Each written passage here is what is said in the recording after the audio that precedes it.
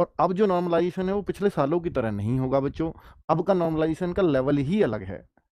ये आपका equi percentile base पर नॉर्मलाइजेशन होता है, यानी शिफ्ट वाइज नॉर्मलाइजेशन होता है।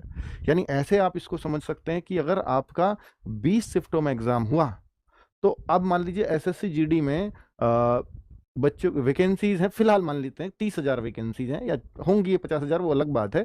अभी मान लेते हैं 25-26 या 30, एक मोटा मोटा आपको हिसाब बता रहा हूँ, और 3 लाख बच्चों को पास किया गया, और 30 शिफ्ट में मान लो एग्जाम लिया। मैं एक एग्जाम्पल बता रहा हूँ, इक्वी परसेंटाइल आपको समझा रहा हूँ।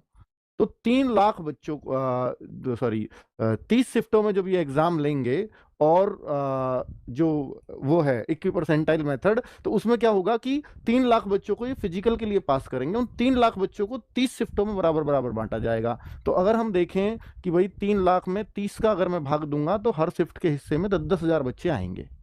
10-10 हजार बच्चे हर शिफ्ट से पास किए जाएंगे। 10 हजार शिफ्ट, जिस शिफ्ट में जहां भी, अब कट ऑफ ऐसे रुकेगी कि भाई 10 हजार बच्चे इसमें यहाँ हो गए, फिर दूसरे शिफ्ट में 10 हजार बच्चे यहाँ हो गए, तीसरे शिफ्ट में 10 हजार बच्चे यहाँ हो गए। अब उस हिसाब से इनका नॉर्मलाइजेशन किया जाएगा। तो ये है इक्वी परसेंटाइल मेथड, है ना। अब आप सोचो कि सर फिर तो किसी शिफ्ट की हाई कट ऑफ चली जाएगी अगर सारे ही उस शिफ्ट में होशियार बच्चे बैठ जाएं तो। पहले ऐसा नहीं होता था, पहले ओवरऑल होता था।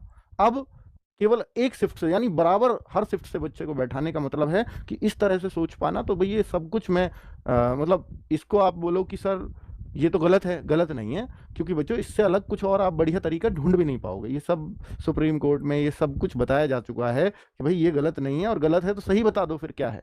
पहले वाला चल रहा था उसमें भी बहुत सारी खामियां थी, तो कुछ ना कुछ तो अपनाना पड़ेगा ना, लेवल करने के लिए। तो इसमें एक सबसे बड़ा नुकसान होता है कि आपका नॉर्मलाइजेशन में स्कोर घटता भी है।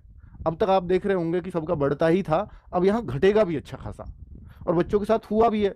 सीएचएसएल में मैंने एक वीडियो भी बनाई थी कि बच्चों के 20-20, 25-25 नंबर कम भी हुए हैं।